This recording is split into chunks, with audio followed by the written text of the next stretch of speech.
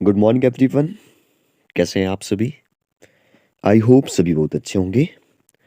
Today is 25 अप्रैल 2023 और day है Tuesday.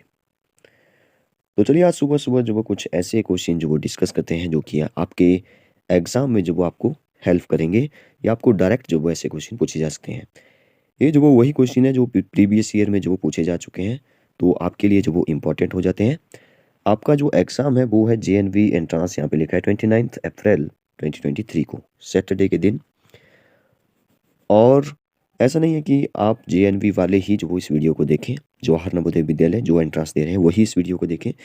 अगर आप जो वो किसी दूसरे एग्ज़ाम की तैयारी कर रहे हैं, कोई और एंट्रांस एग्ज़ाम है या सैनिक स्कूल का एग्ज़ाम है या कोई भी टीजीटी पीजीटी जो भी है जिसमें मैथ्स आता है, तो उसमें जो वो इस टाइप के क्वेश्चन जो वो पूछे जाते हैं जिसमें मैथ्स आता है, देखिए।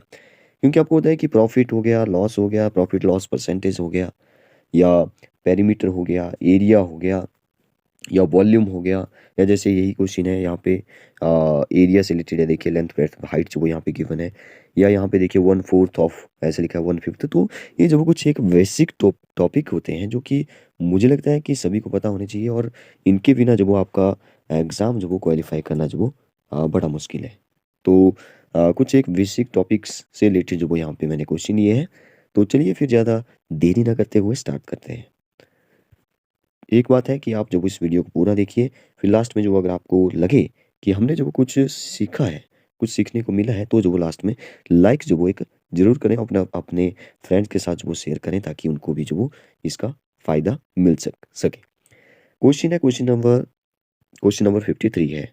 यहाँ पे लिखा है 1/4 of bird of a flock are at a river bank of 1/5 of that flock are in their nest. Remaining 22 birds are wandering in search of food. What is the number of birds which are in their nest? बहुत ही अच्छा question लगा मुझे, और इसी question को देखते हुए जो वो मैंने सोचा कि एक छोटा सा वीडियो हो जाए, क्योंकि देखिए ये क्वेश्चन मुझे देखने में काफ़ी अच्छा लगा और काफ़ी इंटरेस्टिंग क्वेश्चन भी है, और काफ़ी इंपॉर्टेंट भी मुझे लगा, और इससे रिलेटेड मुझे लगता है कि क्वेश्चन एग्जाम में बनने वाला है।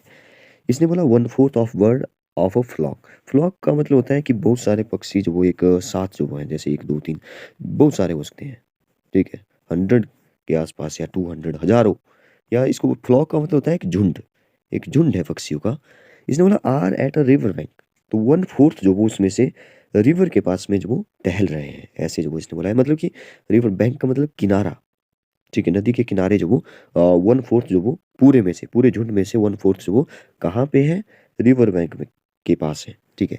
और इसने बोला कि 1/5 उसमें से, पूरे में से, पूरा मतलब टोटल में से 1/5 जो वो घोंसले में है, नेस्ट मीन्स घोंसले के अंदर है। और इसने बोला जो बच गए, रिमेनिंग 22 बर्ड्स जो बच गए, वो बचे 22 बर्ड आर वेंडरिंग, वो जो वो फूड की सर्चिंग के लिए जो वो चले गए हैं। और इसने पूछा what is the number of bird which are their nest, nest के अंदर जो वो कितने बर्ड है।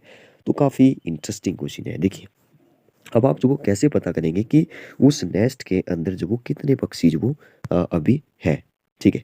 तो देखिए टोटल जो वो इसने नहीं दिया है, क्योंकि टोटल का 1/4 और टोटल का जो 1/5 है वो जो वो गिवन है। मतलब कि वो जो दिया है कि यहाँ पे है, जैसे कि यश ने बोला है कि 1/4 जो वो नदी के किनारे है, और 1/5 जो वो घोंसले के अंदर है, और जो 1/5 है वही तो निकालना है, लेकिन टोटल तो नहीं पता है। तो चलिए कोई ना, हम लोग ऐसा करते हैं कि टोटल जो वो पहले मान लेते हैं। तो मैंने जो वो टोटल मान लिया, टोटल मान लेते हैं थोड़ी देर के लिए कि एक्स है। तो आपको पता है कि फिर नदी के किनारे रिवर बैंक, ठीक है? रिवर बैंक में कितना हो गया? 1/4 था ना, तो एक्स का 1/4 रिवर बैंक के किनारे हो गया, ठीक है? और इसने बोला है नेस्ट, नेस्ट मतलब घोंसले में, NEST, ठीक है? नेस्ट में जो वो 1/5 थे, तो टोटल का 1/5 होगा, मतलब कि एक्स का 1/5 होगा, एक्स फिफ्थ हो गया, ठीक है? अगर मैं इन दोनों का टोटल कर लूँ कि रिवर बैंक और नेस्ट में जो वो कितने हुए टोटल, तो मैं कर लूँगा ऐसे x/4 प्लस x/5 ऐसे करूँगा। अब आपको होता है नीचे जो वो दोनों को प्राइम नंबर है ना, 4 एंड 5, तो 4 5 जो होगा 20, इनका प्रोडक्ट ही एलसीएम होगा। तो जब हम एलसीएम लेकर के डिवाइड मल्टीप्लाई करेंगे तो आपका आ जाएगा यहाँ पे 5 × x 5x और प्लस 4x, ठीक है? ये बन जाएगा 5x प्लस 4x 9x/20। मतलब कि जो टोटल रिवर बैंक और नेस्ट के अंदर जो भी टोटल पक्षी हैं वो जो वो 9x/20 है। ठीक है, इसको आप याद रखेंगे 9x/20। मैं इसको इरेज कर रहा हूँ। अब मैंने यहाँ पे लिख लिया ना कि 9x/20 है। अब देखिए यहाँ पे जो आपको थोड़ा सा क्वेश्चन में चेंज करना पड़ेगा, क्वेश्चन को ध्यान से समझना पड़ेगा। अकॉर्डिंग टू क्वेश्चन जो वो ये बोल रहा है कि अगर टोटल में से देखिए जो भी बच गए, रिमेनिंग बोला ना इसने, रिमेनिंग का मतलब जो बच गए, ठीक है, वो कितने हैं, वो जो वो कितने बचे, 22 जो वो बच गए बाकी। अगर मतलब कि अगर मैं बोलूँ कि टोटल में से अगर मैं, टोटल था x, टोटल में से अगर मैं नेस्ट वाले और रिवर बैंक वाले को माइनस कर दूं तो बचेंगे 22। यही तो बात है, अकॉर्डिंग टू क्वेश्चन यही है। तो वो टोटल हमने पहले ही कर लिया 9x/20। तो x में से 9x/20 माइनस करिए, वो जो वो किसके इक्वल हो जाएगा, वो 22 के इक्वल हो जाएगा। तो मैंने आगे लिख लिया 22। अब इसको जरा यहाँ पे सॉल्व करते हैं एलसीएम लेकर के। मैं कुछ और कर लेता हूँ। नीचे जो वो एलसीएम आ जाएगा 20 और यहाँ पे 1 है ना, तो यहाँ पे आ जाएगा 20x, है ना, तो यहाँ पे आ जाएगा 20x माइनस 9x। ठीक है, और 20 में से 9 माइनस 20 में से 9 माइनस हो गया, कितना बचा, 11 बचा ना। तो यहाँ पे तो ये वैसे ही चल रहा था, 11x/20 इक्वल टू 22। ठीक है, अब यहाँ से आप x की वैल्यू निकालिए और यहाँ से टोटल निकल जाएगा, पहली बात। ठीक है, तो यहाँ से अगर मैं 11x/20 इक्वल टू 22, मैं इसको इरेज कर रहा हूँ। हमारा था 11x/20 था ना, 20 इक्वल टू 22 था।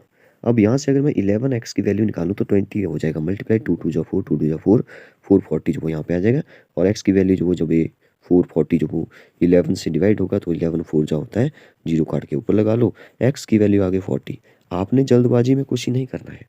मैं आज वो कई सारे बच्चों को या बहुत सारे यूट्यूब में भी देखा मैंने कि वहाँ पे जो एक्स की वैल्यू 40 आ गई, जल्दी से टिक कर लिया एक्स इक्वल टू 40। ऐसा नहीं देखा कि यहाँ पे जो वो इसने बोला था कि नेस्ट के अंदर कितने हैं, गड़बड़ हो गई ना। नेस्ट के अंदर जो वो टोटल है 40, नेस्ट के अंदर नहीं पता अभी। ठीक है, नेस्ट के अंदर इसने बोला था ऊपर, देखिए यहाँ पे इसने बोला 1/5 of that flock are there in nest, क्योंकि टोटल का जो वो टोटल का माना था हमने वो एक्स, तो वो एक्स जो वो अभी निकला 40, अभी एक्स का 1/5 करेंगे वो निकलेगा नेक्स्ट का। तो एक्स का 1/5 मतलब कि 40 का 1/5 और 5 से कट जाएगा, 8 5 जो होता है 40, तो 8 आ गया हमारा answer. 8 will be the right answer, D, fourth one is the right. ठीक है, तो ऐसे जो आपने इस क्वेश्चन को करना था। देखिए समझने में जो आपको थोड़ा सा टाइम जरूर लगेगा, समझाने में मुझे भी टाइम लगा, लेकिन आपको जो वो जब आप एक बार समझ जाएंगे तो फिर करने में इतना ज़्यादा टाइम नहीं लगेगा। ठीक है, तो काफ़ी अच्छा क्वेश्चन था ये, काफ़ी इंटरेस्टिंग लगा मुझे। एक और क्वेश्चन है जो कि अच्छा क्वेश्चन है। इसने बोला अमित है कोई, उसने बॉट मतलब कि खरीदा, कुछ टेबल खरीदा उसने, 1200 रुपीज़ में उसने टेबल खरीदा। ठीक है, तो उसका कॉस्ट प्राइस कितना हो गया, 1200 हो गया। ठीक है, एंड स्पेंट, स्पेंट मतलब कि उसने जो वो उसमें कुछ किया होगा, कुछ इन्वेस्ट किया उसने, उस पर लगाया उसने रिपेयर के लिए। ठीक है, रिपेयर के लिए उसने 200 जो वो रिपेयर के लिए लगाया, तो टोटल हो गया 1200 और 200 कितना हो गया है, 1400 हो गया, 1400, है ना। तो 1400 जो वो टोटल उसको कॉस्ट प्राइस वो 1400 यहाँ पे आ गया। अभी बोल रहा है कि ही सोल्ड, उसने बेचा। ठीक है, सेलिंग प्राइस एसपी, उसने बेचा उसको 1680 रुपीज़ में, और उसने पूछा कि प्रॉफिट हुआ या लॉस हुआ, परसेंटेज निकालिए। अब सीधा सा दिख रहा है, अगर उसने 1400 जो वो का खरीदा, मतलब कि खरीदा तो 1200 लेकिन लगाया भी तो उसने 200, तो टोटल तो कॉस्ट जो वो उसकी आ गई 1400। टोटल तो दोनों देखना पड़ेगा ना, उसने भी तो लगाया कुछ, वो भी तो कॉस्ट प्राइस के अंदर ही आएगा, चाहे उसने जो वो रिपेयर किया चाहे जो मर्जी किया, लेकिन 1400 उसका टोटल कॉस्ट प्राइस था। बेचा उसने 1680 में, तो इसका ज़्यादा रुपीज़ में बेचा ना, तो इसका मतलब है उसको जो वो प्रॉफिट तो होगा, कितना परसेंट प्रॉफिट हुआ वही निकालना है। मैं इरेज कर रहा हूँ, इसको सॉल्व करते हैं, बड़ा अच्छा क्वेश्चन लगा मुझे ये भी। देखिए 1680 में बेचा और उसकी कॉस्ट थी 1400। ठीक है, अगर मैं यहाँ से जो वो माइनस कर दूँ तो कितना प्रॉफिट हो गया इस उसको, यहाँ पे आ गया 8 और यहाँ पे आ गया 2, 280 का जो वो उसको प्रॉफिट हो गया। अब आपको प्रॉफिट नहीं निकालना था, प्रॉफिट ही पूछा है तब ठीक है, 280 इज द आंसर, लेकिन प्रॉफिट परसेंटेज निकालना है तो उसका फॉर्मूला होता है, आप क्या करते हैं प्रॉफिट परसेंटेज निकालती बार, प्रॉफिट को जो वो ऊपर रखते हैं, नीचे जो भी कॉस्ट प्राइस था उसको रखते हैं और मल्टीप्लाई करते हैं 100 से, आपका आंसर आ जाता है बड़े आराम से। तो मैं इसकी जगह रख देता हूँ फिर, प्रॉफिट कितना था 280, मैंने यहाँ पे रख दिया 280, और कॉस्ट प्राइस कितना है 1400। बड़ा सिंपल सा क्वेश्चन, 1400। देखिए 2 जीरो से तो 2 जीरो उड़ गई। ठीक है, 280/14 बचा। ठीक है, 280/14 बचा, तो 2 यहाँ पे लिख दिया मैंने छोटा सा 280 अपॉन 40, 14 2 जा होता है, 14 2 जा 28, जीरो काट के ऊपर चिपका दो, 20 विल बी द आंसर। 20% जो उसको प्रॉफिट हो गया। तो 20 पर अच्छा यहाँ पे ना ऑप्शन ही नहीं है। चलिए कोई बात नहीं, ऑप्शन का क्या करना है, हमने निकाल दिया 20% प्रॉफिट। ऑप्शन में ऐसे हो सकते हैं ऑप्शन की 20% है, ठीक है, 12% लॉस है, या ऐसे कई बार ना ऐसे भी दिया होता है जैसे 8 एंड 2/3% जो वो लॉस प्रॉफिट ऐसे फ्रैक्शन में भी गिवन होता है। तो आपने पूरा चेक करना है और देखते हैं। अच्छा ये जो है यहाँ पे है देखिए, तो 20% जो उसको लॉस, सॉरी लॉस नहीं प्रॉफिट हुआ। Fourth one is the right answer. Next question, काफ़ी अच्छे अच्छे क्वेश्चन है, तो एक और क्वेश्चन ले लेते हैं। एक स्क्वायर है, एक रेक्टेंगल है, ये भी अच्छा क्वेश्चन है। हैव देयर सेम पेरीमीटर, उनके पेरीमीटर जो वो बराबर है, बड़ी अच्छी बात है। If the side of the square is 16 metre. अच्छा देखिए स्क्वायर है और एक जो वो रेक्टेंगल है और उनके पेरीमीटर इक्वल है, मतलब उनकी बाउंड्री की जो लेंथ है वो इक्वल है। उसने बोला स्क्वायर का जो स्क्वायर की जो साइड है वो 16 है, इसका मतलब है 16 ही सभी साइड होगी, और इसका पेरीमीटर जो वो 16 4 जा 64 हो गया, सीधा ही निकाल दिया हमने, ठीक है। And then length of rectangle, इसकी लेंथ जो वो इसने दी है 18 मीटर। तो ठीक है, ब्रेड्थ जो वो इसने पूछी होगी, यस पूछी भी ब्रेड्थ ही है। तो बड़ा अच्छा क्वेश्चन है।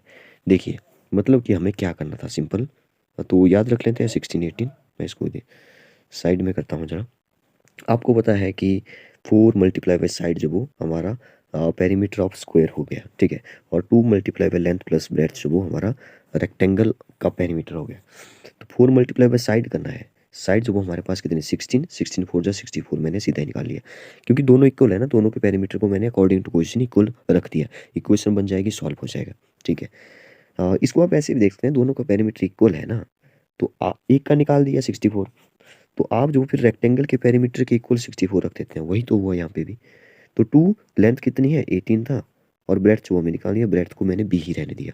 इसको थोड़ा सॉल्व करते हैं अंदर जाके, 18 2 जा हो गया 36, और यहाँ पे हो गया बी, सॉरी 2 बी हो गया। इसका ध्यान रखें बच्चे, यहाँ पे गड़बड़ करते हैं बहुत सारे, 2 यहाँ पे भी हुआ यहाँ पे हुआ, तो 2 बी आएगा ना कि बी, ठीक है।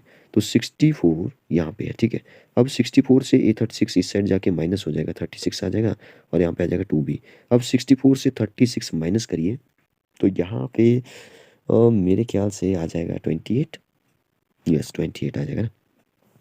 तो 2b जो वो 28 के इक्वल आ गया, और अगर b निकालें तो 14 2 जो होता है, तो 14 इज द आंसर, 14 मीटर। ध्यान रखें मीटर में जब वो क्वेश्चन है तो मीटर में ही निकलेगा। ऑप्शन में देखिए कई बार ना ऐसा सेंटीमीटर मीटर में होता है, तो 14 metre first one is the right answer. और भी क्वेश्चन है हमारे पास, ऐसा नहीं है, क्वेश्चन की कमी नहीं है, क्वेश्चन बहुत सारे।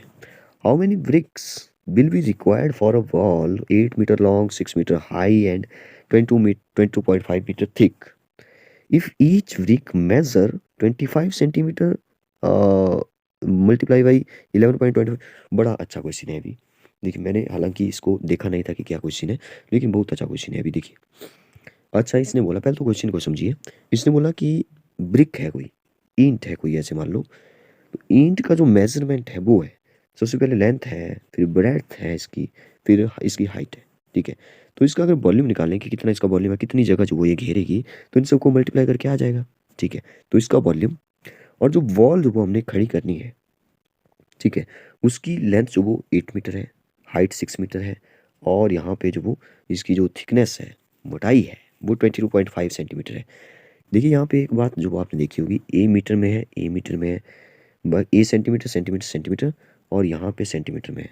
तो आपको जो वो सबसे पहले तो यूनिट सेम करना पड़ेंगे, ठीक है। तो आप जो वो 8 मीटर को चेंज कर दो सेंटीमीटर में, तो 1 मीटर में 100 सेंटीमीटर, तो 8 में हो जाएंगे 800, 8 में कितने हो जाएंगे 800 हो जाएंगे, मतलब कि 8 मीटर को मैं 800 सेंटीमीटर लिख सकता हूँ, 6 मीटर को वैसे ही 600 लिख सकता हूँ। इसका मतलब हमने इन दोनों को भी चेंज कर दिया। अब 8 की जगह मैं 800 सेंटीमीटर लिखूंगा, 6 की जगह 600 सेंटीमीटर लिखूंगा। अब बात को समझिए। अब बात यह है कि देखिए एक ईंट का जो मेजरमेंट है वो तो ए गिवन है, ठीक है। टोटल जो वॉल है, ठीक है, दीवार है, वो उसका मेजरमेंट ए है।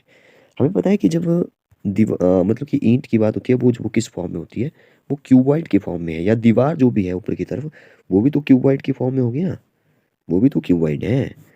तो आपको अगर इसमें जो वो इस ईंटों को जो वो यहाँ पे रख करके इसको खड़ी करना है दीवार को, तो कितनी लगेगी, आपको सीधा सा जो दीवार की मेजरमेंट है, मतलब इसका जो वॉल्यूम है, उसको डिवाइड करना है ईंट के वॉल्यूम से। तो आपकी कितनी ईंटें लगेगी, हाउ मैनी ब्रिक्स, तो वो जो वो निकल जाएगा। एक्चुअल में यहाँ पे वॉल्यूम की बात हो रही है। तो ये पूछना चाह रहा है कि आपको क्या वॉल्यूम जो वो क्यूबॉइड का आता है भी है कि नहीं आता है। तो हमें तो पता है कि वॉल्यूम ऑफ क्यूबॉइड जो वो लेंथ ब्रेड्थ एंड हाइट होता है, multiply by length multiply breadth multiply height. तो यही करना था। एक्चुअल में ये क्वेश्चन जो वो देखने में टफ है, लेकिन है इसकी कैलकुलेशन बहुत ईजी। देखिए कैसे। तो मैं दीवार का जो वो मेजरमेंट ऊपर लिख लेता हूँ पहले, क्योंकि सी को तो डिवाइड करना है।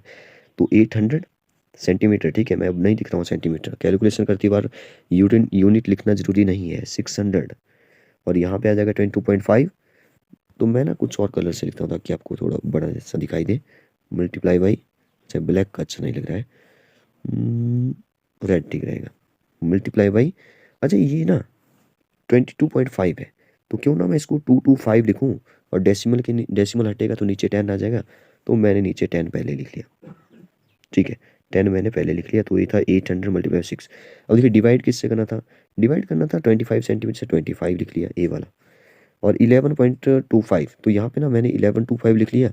नीचे डेसिमल हटेगा तो 100 आ जाएगा, तो नीचे से वो ऊपर चला जाएगा, ठीक है। आई होप आप इसको समझे होंगे। अगर ये नहीं समझे तो मुझे लगता है आपकी कैलकुलेशन बहुत ही वीक है, आपको थोड़ा सा समझना पड़ेगा। 6, ये वाला 6, ठीक है। अब इसको सॉल्व करना है। वॉल्यूम डिवाइड बाई वॉल्यूम हमने किया, बाकी कुछ नहीं किया। यहाँ पे इंटों की संख्या निकल जाएगी, volume sorry brick, number of BRICS जो वो निकल जाएंगे। अब इसको काटना बड़ा ईजी है। देखिए सबसे पहले तो जीरो से जीरो काट दो, कट गया बड़े आराम से, ठीक है। और 25, अच्छा ऐसा करते हैं ना, जीरो से इस वाले जीरो को काटते हैं। चलिए कोई भी काट दो, इस वाले जीरो को मैंने काटा, क्योंकि 25 से ना यहाँ पे 100 कट जाएगा। 25 4 जो होता है 100, है ना। यस। तो अब देखिए यहाँ पे मुझे लग रहा है कि ये जो 1125 है, कुछ और कलर लेता हूँ। ये जो 1125 है ना, और ये जो 225 है, ये कट जाएगा 25 से। अब किससे कटेगा वो चेक करना है, ठीक है। तब चलो ये तो मुझे पता है कि 25 9 जा होता है 225, ठीक है। और 1125 होता है 25 4 जा, ठीक है, हाँ 200, यस 45, ठीक है। 45 25 जा होता है, तो ये कट गया, ठीक है। 9 और नीचे 45 आ गए। और अगर मैं इसको आगे सॉल्व करूँ तो यहाँ पे आ जाएगा, अच्छा ये जो 2 और 4 है ना, और 6 है, इसको काट लेते हैं। 2 2 जा 4 एंड 3 2 जा 6, 3 आ गए नीचे। और 3 से ना इस 9 को काट दो, 3 3 जा 9, ओके। और 3 से 45 काट दो, 3 1 जा 3, 15 3 जा 45, ठीक है। कट रहा है, सब कुछ कट रहा है बड़े आराम से, कोई प्रॉब्लम नहीं आ रही है। नीचे 15 बचा, अभी और भी कट सकता है आगे वैसे। चलिए यहाँ पे ना, तो यहाँ पे मल्टीप्लाई करते हैं जरा, वैसे कट जाएगा ऐसे। तो 8 6 का कितना होता है, 48। तो 48, और यहाँ पे 2 जीरो, इसके बाद से 3 जीरो, 3 जीरो 1 2 3, और आ गया 15, ठीक है। और तो नहीं बचा, अच्छा 2 भी मेरे ख्याल से यहाँ पे बच गया, तो 2 से भी मल्टीप्लाई हो जाएगा यहाँ पे, ठीक है। तो जब भी इसको सॉल्व किया जाएगा तो आपका जो आंसर आएगा, या तो 45 को ना वैसे ही रहते थे, अगर हमने 3 नहीं काटा होता तो मेरे ख्याल से यहाँ पे आ जाता 228। यस, मैं इसको इरेज करके ना, क्योंकि यहाँ पे थोड़ी सी खिचड़ी पका दी मैंने बहुत सारी, तो ये जो मल्टीप्लाई करके जो वो कुछ इस तरह से आ जाएगा, क्योंकि मैंने पहले सॉल्व किया तो यहाँ पे ऐसे आ रहा था कुछ 228 0 0 0, फिर जो वो नीचे 45 आ रहा था वैसे, हालांकि कट जाएगा। आपको दिख रहा है कि डिविजिबिलिटी रूल ऑफ 5, 5 और 0 कट जाएगा 5 से बड़े आराम से। तो ये पूरा ही कट जाएगा, तो यहाँ पे आ जाएगा फिर इसको काट करके 6400। तो third one is the right answer, 6400 will be the right answer, ठीक है। तो आपको कुछ इस तरह से इस क्वेश्चन को करना था, आपको काटना आना चाहिए। अगर यहाँ पे नहीं पता चला हो, क्योंकि मैंने बताया तो, लेकिन यहाँ पे थोड़ी सी खिचड़ी पका दी और आपको शायद ही समझ नहीं आया होगा। मेरे ख्याल से जिसको पहले से पता है वो तो खुद कर लेगा, क्योंकि अगर कैलकुलेशन आती है तो उसके दिमाग में एक एक्साइटमेंट रहेगी कि मैं इसको सॉल्व करता हूँ या करती हूँ, ठीक है। तो वो उसको जरूर करेगा इसके बाद, जहाँ तक मैंने इसको छोड़ा था। नेक्स्ट देखते हैं। We reached our destination at 2:45 PM after travelling 4.5 hour. तो ये पूछ रहा है कि कब स्टार्ट किया। अच्छा, बड़ा सिंपल सा क्वेश्चन है। आप देख रहे होंगे कि 4.5 घंटे में वो जो वो 2:45 तक पहुंचा, कब से शुरू किया होगा। आपको पता है कि 2:45 हुए, ठीक है। 1:45 पर जो वो 1 घंटा पीछे हो जाएगा। 1 के बाद क्या था, 12:45, 12:45 पे जो वो 2 घंटे पीछे चले जाएगा, है ना। 2 घंटे पीछे चला गया। अब 3 घंटे पीछे ले जाते हैं इसको जरा, तो ए हो जाएगा 11:45, ठीक है। चलिए 4 घंटे पीछे ले जाते हैं, 4 घंटे पीछे का मतलब 10:45, यस। 10:45, लेकिन इसने बोला आधा घंटा और पीछे जाइए, तो आधे घंटे का मतलब है 30 मिनट। 10:45 में से 30 और माइनस कर दो, 30 मिनट। 10:45 देखिए, ऐसे क्वेश्चन आपने ना फोर्थ फिफ्थ में पढ़े हुए हैं अच्छे से, फोर्थ क्लास में। तो 30 जो वो माइनस करिए, यहाँ पे आ जाएगा 15, और 10:15 विल बी द आंसर। एक और है, अच्छा ये तो सिंपल सा क्वेश्चन है। 640 के प्राइम फैक्टर निकालना है, तो 640 मैंने यहाँ पे चिपका दिया, 2 से जाएगा, यहाँ पे होता है 32, और यहाँ पे आएगा 0, फिर से 2 से जाएगा, 16 2 जा होता है, और यहाँ पे आ जाएगा फिर से 2, यहाँ पे 82 जा हो जाएगा, फिर से 2, यहाँ पे 42 जा हो जाएगा, यहाँ पे करते हैं 40 आ गया ना, फिर से 2 20, फिर से 2 10, फिर से 2 5, मतलब कि 2 कितने आए देखिए, 2 जो वो 4 यहाँ पे हैं, 3 यहाँ पे, 4 और 3 7, 7 जो वो 2 हैं और 1 5 है, 7 2 है और 1 5 है, 7 2 है और 1 5 है, कहाँ चला गया, ऑप्शन ही नहीं है यहाँ पे, 7 2 है और 1 5 है। तो चलिए, यहाँ पे तो 4 5 6 है, 1 5 है, यहाँ पे 4 2 है, 5 2 है। चलिए देखिए, आप इसको खुद देखिए, ऑप्शन में जो आपको मिलेगा ऐसे 2⁻7 × 5, वो जो इसका आंसर होगा। ठीक है, आपको इस फॉर्म में भी आ सकता है, पावर की फॉर्म में, तो उस पर जो वो थोड़ा सा ध्यान दीजिए। तो मुझे लगता है कि हमने बहुत सारे क्वेश्चन यहाँ पे सॉल्व किए, आपको बहुत कुछ जानने को मिला होगा। अगर आपने इस वीडियो को पूरा देख लिया है, अगर आप सुबह एग्ज़ाम की तैयारी भी कर रहे हैं, तो आपको अब जो वो एक बार जो वो इन क्वेश्चन को जो वो एक बार फिर से देखिए, और एक बार जो वो कॉपी पर इनकी प्रैक्टिस कर कॉपी पर लिख लीजिए। मतलब कि देखिए, लिखने से ऐसा होता है कि इससे रिलेटेड, अब ऐसा तो है नहीं कि यही एग्ज़ाम में आएगा 640 की, और एग्ज़ाम में और क्वेश्चन बनेंगे, 840 आ सकता है, 830 आ सकता है, आएगा यही क्वेश्चन कि प्राइम फैक्टर निकालने हैं, लेकिन नंबर चेंज हो जाएगा, इसलिए आपको और भी क्वेश्चन की प्रैक्टिस करनी है। तो जितने भी यहाँ पे क्वेश्चन बताए, जितने भी हमने 8-10 क्वेश्चन सॉल्व किए, उनकी आप प्रैक्टिस करिए, उनको उनसे रिलेटेड जो वो एक एक क्वेश्चन लीजिए। अगर आपको कोई भी डाउट जो वो लगता है, तो आप व्हाट्सएप पर जो मैसेज कर सकते हैं। Thank you and have a nice day.